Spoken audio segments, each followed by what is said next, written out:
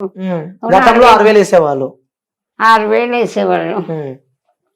కొన్నాళ్ళు వచ్చినాయి, మళ్ళీ రాలేదు, మళ్ళీ వచ్చినాయి. ఇప్పుడు మళ్ళీ డిసెంబర్లో వేశారు. అప్పటి నుంచి మళ్ళీ మాకేం తెలియదు, రాలేదు. ఎందుకంటే మా అసోసియేషన్ లో చిరంజీవి గారు మెంబర్షిప్ ఇప్పించారంటూ కూడా మీరు చెప్పారు కాబట్టి, సో చిరంజీవి గారు మీరు చెప్పాలంటే ఏం చెప్తారు? ఇదే వీడియో, మన వీడియో చిరంజీవి గారు చూస్తూ ఉంటే చిరంజీవి గారికి చెప్పాలంటే ఏం చెప్తావు? చిరంజీవి గారు చూస్తారా ఈ వీడియో? చూస్తే నేను ఏడవలసిన అవసరం కానీ, ఆర్టిస్టులు బాధపడినా, ఆర్టిస్టులకు అన్యాయం చేసినా ఆయన ఊరుకోరు. అంత మహానటుడు ఆయన. ఎంత గొప్ప పేరు తెచ్చుకున్నారో అంత గొప్ప మనసు కూడా ఉంది ఆయనకి. నేను పడుతున్న బాధలు కానీ, మా అమ్మాయి కాలు విరిగిందని కానీ, ఆపరేషన్ నాకు ఇట్లా నేను ఇప్పుడు ఇంత దుఃఖంలో ఆత్మహత్య చేసుకోవడం తప్ప మరి దారి లేని పరిస్థితిలో ఉన్నానని వారికి కానీ, పవన్ కళ్యాణ్ గారికి కానీ తెలిస్తే ఎట్టి పరిస్థితుల్లో నన్ను బలవంతంగా చచ్చిపోయే స్థితి నాకు ఉండదు. వాళ్ళు తప్పకుండా ఆదుకుంటారని ధైర్యం ఉంది. కానీ వాళ్ళు ఇప్పుడు చాలా ఎత్తులో ఉన్నారు, చాలా బిజీగా ఉన్నారు, చాలా బాధ్యతలు వహిస్తున్నారు. ఈ సెల్లులో వచ్చే క్యాసెట్లు నా పరిస్థితి వాళ్ళు గమనించి ఉండరు. మా వాళ్ళు నాకేమి చేయట్లేదని కూడా వాళ్ళకి తెలియదు. పవన్ కళ్యాణ్ గారికి ఏం చెప్తాను? ఎందుకంటే గతంలో మీకు హెల్ప్ చేశాడు కాబట్టి, సో తను ఇప్పుడు ఒక ఆంధ్రప్రదేశ్ రాష్ట్రానికి డిప్యూటీ ముఖ్యమంత్రి ఉన్నారు కాబట్టి, సో తనకి ఏం చెప్తారు పవన్ కళ్యాణ్ గారు? అయ్యో అంత బిజీగా ఉన్నా ఆయన నా గురించి తెలుస్తుందా? తెలిస్తే ఆయన నిజంగా మా రాజకీయాల్లో దిగిన ఆయన మనసు మాత్రం మారదు. ఆర్టిస్టుల పట్ల సుస్వాగతంలో ఆయన కాంబినేషన్ లో ఒక డైలాగ్ చేశారు. అప్పుడు స్టేజీలో నాకున్న పేరు ఆయన విని నాకు ఎంత గౌరవం ఇచ్చారో చెప్పలేను. ఆయనకు సీటు దులిపి నాకు దగ్గు వస్తుంటే ఆయన మూత తీసి ఇచ్చారు. ఎవరన్నా అలా ఎవరా నీళ్ళు అంటే ఇస్తారు కదా, ఆయన బాటిల్ తీసి కిల్లే వాటర్ బాటిల్ తీసి మూత తీసి తాగలమ్మని ఇచ్చారు. అప్పటి తర్వాత గబ్బర్ సింగ్ అప్పుడు చూసి జీబులోంచి దూకి అవునవును చెప్పారు, అన్ని ఇంటర్వ్యూలో చెప్పారు. ఆయన ఇప్పుడు చాలా గ్రేట్. ఇప్పుడు కూడా మారిపోకుండా ఆ పవన్ కళ్యాణ్ గారుగానే ఉంటారని నేను బాగా నమ్ముకుంటున్నాను. ఓకే, అంటే పవన్ కళ్యాణ్ గారు మారరు, రాజకీయాల్లో చేరిన మారకూడదని నా కోరిక. ఆయనకు తెలిస్తే నేను ఇంత దుఃఖంలో ఉన్నానని ఎట్టి పరిస్థితుల్లో ఊరుకోరని నాకు బాగా నమ్మకం. ఆయనకు తెలిసే అవకాశాలు లేవు, ఆయన బిజీగా ఉన్నారు. అంటే చెప్పలేము, తెలిసే అవకాశాలు లేవు అంటే చెప్పలేము. ఒక వీడియోలు చూసే వాళ్ళు కూడా చేరుస్తే ఇంకా బాగుంటుంది. ఆయన దగ్గరికి వెళ్ళి చెప్పడానికి భయపడతారు అందరూ, చెప్పరు. ఆయనగా అంత బిజీగా ఉన్నాయన ఈ వీడియోలు చూస్తారా? ఓకే, అంటే ఆ మెగా ఇంటి నుంచి కూడా మెగా మెయిన్ అల్లుడు సాయి ధర్మ తేజ్ కూడా మీకు ఒక 1 lakh ఇచ్చాడంటూ కూడా సోషల్ మీడియాలో పెద్ద ఆయన 2 ఏళ్ల కిందట చెప్పారమ్మా. మా అమ్మాయికి బాగాలేదు, ఇప్పుడు బాగాలేదని తెలిసి ఒకరి చేత కబులు పెట్టారు. నేను ఆవిడకి జీవితాంతం లోటు లేకుండా ఉండేలాగా ఏదో మార్గం చూస్తాను, ఆవిడకి నేను సాయం చేస్తానని చెప్పండి అమ్మకి అని కబులు పెట్టారు. నాతో కూడా మాట్లాడారు ఫోన్లో. మీకేం పర్లేదమ్మా, ధైర్యంగా ఉండండి. ఆ తర్వాత వారికి యాక్సిడెంట్ అయ్యి 2 years అయిపోయిన తర్వాత మాట తప్ప మీకు మాట ఇచ్చానమ్మా అంటే మర్చిపోకుండా గుర్తు పెట్టుకొని చేశారు. అందుకే నేను వారి మంచితనం, నాకు పర్సనల్ గా సాహితేజ గారితో పరిచయం లేదు, నేను వారితో యాక్ట్ చేయలేదు. మామూలుగా ఈ టీవీలో అక్కడ ఎలా చూసారో తెలియదు. అంత అల్లుడు కదా, బుద్ధులు ఏమైనా వచ్చినాయి అనుకోవచ్చా? అలా మేనమా గారి బుద్ధులు అని అనుకోను నేను.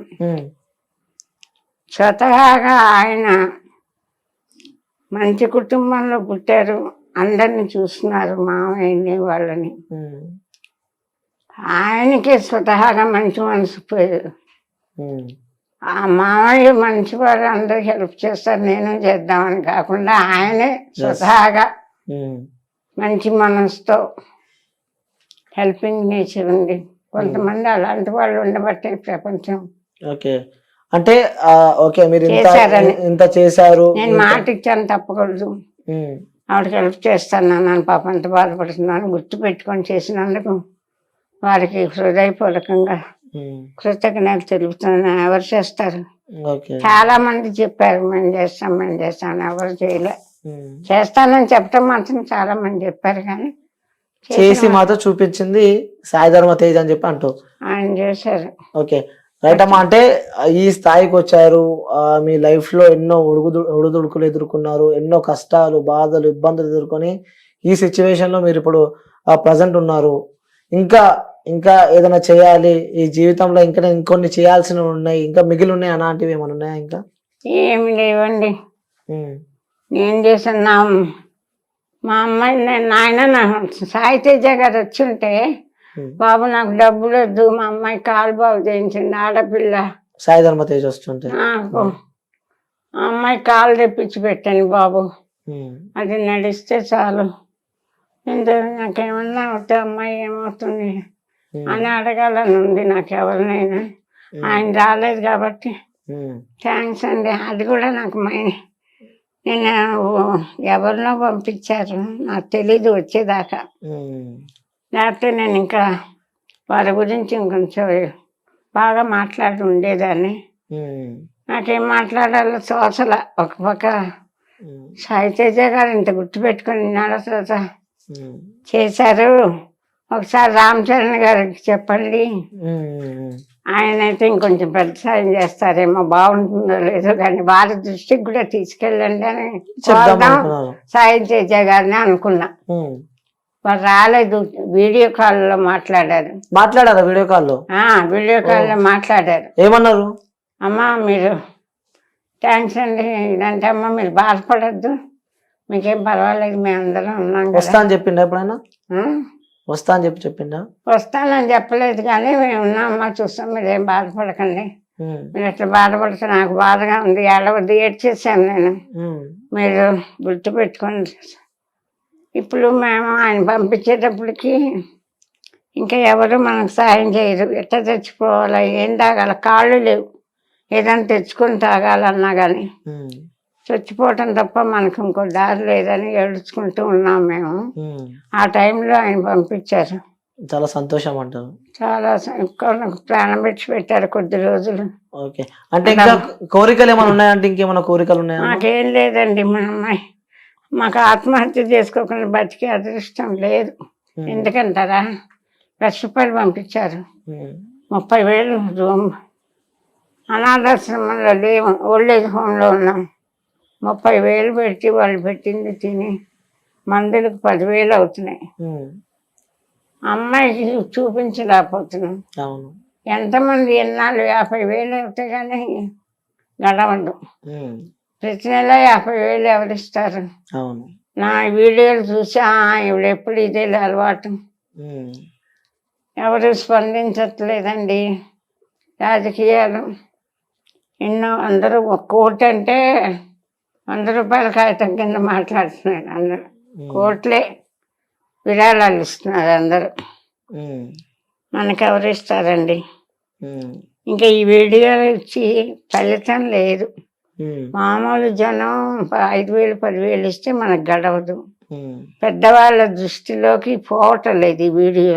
సరే, ఇదే వీడియో మన రాష్ట్ర ముఖ్యమంత్రి, తెలంగాణ ప్రభుత్వం రాష్ట్ర ముఖ్యమంత్రి రేవంత్ రెడ్డి గారికి చూస్తూ ఉంటే, లేకుంటే ఆ ప్రభుత్వం సంబంధించిన ఎవరైనా వ్యక్తులు చూస్తూ ఉంటే వాళ్ళకి చెప్పాలంటే ఏం చెప్తారు? ఎందుకంటే గతంలో కేసీఆర్ ప్రభుత్వం ఉన్నప్పుడు కూడా మీకు పింఛన్ వచ్చేది, 6,000 వచ్చేదా పింఛన్? 10,000 ఇచ్చారు. 10,000 పింఛన్ ఇచ్చారు. ఒకటి గర్వం నాకు. కాంతారావు గారికి ఇస్తూ 10,000, నాకు కూడా 10,000 ఇచ్చారు.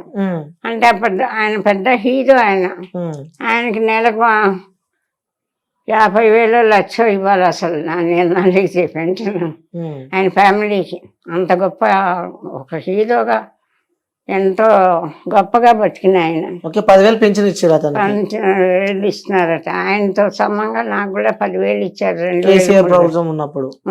ఇప్పుడు మరి కొత్త ప్రభుత్వం వచ్చినాక కాంగ్రెస్ నేను కలవలేదు ఆయన్ని. రేవంత్ రెడ్డి గారిని కలిసి ఇట్లా ఆర్టిస్ట్ అండి, ఇట్లా కష్టంలో ఉన్నానంటే ఈయన కూడా చేస్తారు, చాలా మందికి చేస్తున్నారని విన్నాను.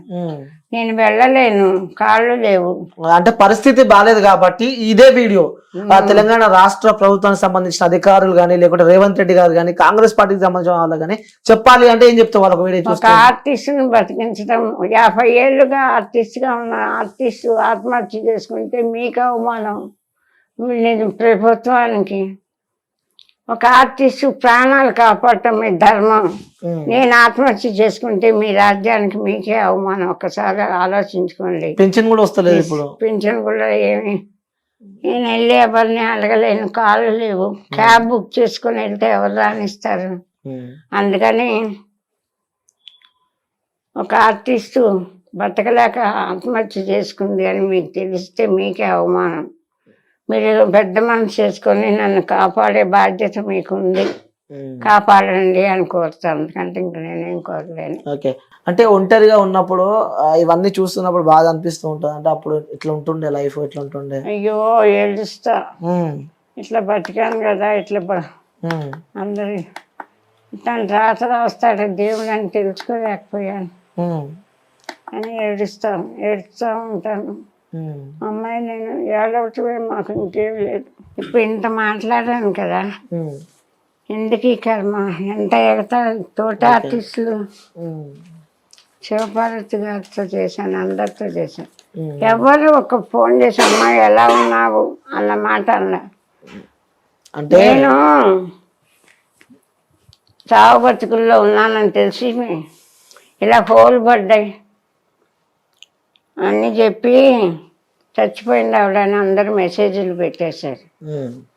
అది ఎందుకు అట్లా చేయటం? ఎవరన్నా పార్టీ ఎంత అంటే అన్ని చూస్తూ ఉంటలే అమ్మ దేవుడు, ఎందుకంటే నువ్వు ఎవరికి అన్యాయం చేయలేదు కానీ అట్లా అయింది. సరే అంటే సిచ్యువేషన్ బాగాలేదు, ఫోన్ నెంబర్ లేదు నా దగ్గర, ఎవరికన్నా ఫోన్ చేసి మాట్లాడదామంటే.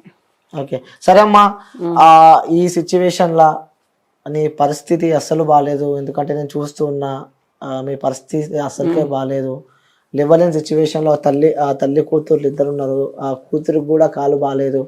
సో మా క్యూబ్ నెట్వర్క్ తరఫు నుంచి ఏదో చిన్న, అంటే అంత పెద్ద సహాయం కాకపోయినా అంత చిన్న సహాయం, వీడియో తీయటమే